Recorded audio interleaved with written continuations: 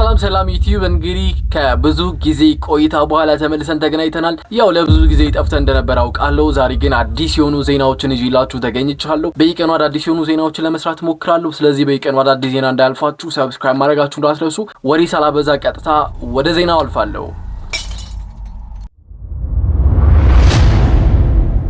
ከሁለት ወር በፊት እንግዲህ እንደምናስታውሰው በአውስትራሊያ የእስራኤል ሰዎች ክብረ በዓል በሚያከብሩበት ጊዜ በሁለት ሰዎች ጥቃት ደርሶባቸው ነበር። ከሁለት ወር በፊት በዲሴምበር ላይ ማለት ነው እንደምናስታውሰው።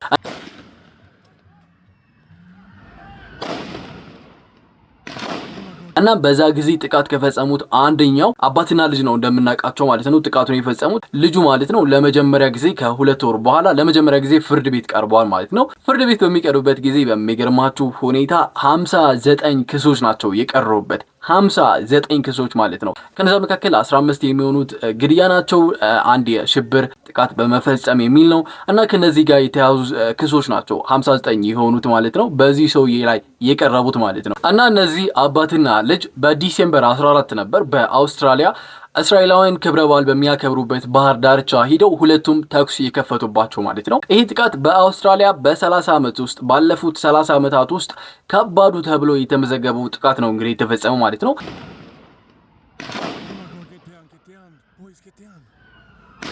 እነዚህ ሁለት ሰዎች እንግዲህ በዚህ ቀን ላይ በዲሴምበር 14 ማለት ነው 15 የሚሆኑ ሰዎችን ተኩሰው ገድለዋል። በተጨማሪ ደግሞ ወደ 40 የሚሆኑ ሰዎች ላይ ጉዳት አድርሰዋል ማለት ነው። በጣም ትልቅ ጥቃት ነው። አባቱ እንደምናስታውሰው በዚያው ቦታ ላይ ከፖሊሶች ጋር በነበረው የተኩስ ልውውጥ እዛ ቦታ ነበር የተገደለው አባቱ ማለት ነው። ልጁ ናቪድ አቅራም ግን በፖሊስ ተተኩሶበት ሆስፒታል ሄዶ ከዛ ወደ ተሽሎት እንደገና ወደ እስር ቤት ሄዷል ማለት ነው እንደምናስታውሰው። እንግዲህ እነዚህ ሁለት ሰዎች ከኢስላሚክ ስቴት ከሚባለው የአይኤስ ጋር ቡድን ጋር ግንኙነት እንዳላቸው ታውቋል። እና ይህን ጥቃት ከመፈጸማቸው ከሁለት ወር ምናምን በፊት ዝግጅት እንደጀመሩ ነው። ለወራቶች እንደተዘጋጁበት ነው ይህን ጥቃት የተነገረው ማለት ነው። ለሁለት ወር ያክል የመሳሪያ ተኩስ ልምምድ የተለያዩ ነገሮችን ሲለማመዱ ነበረ።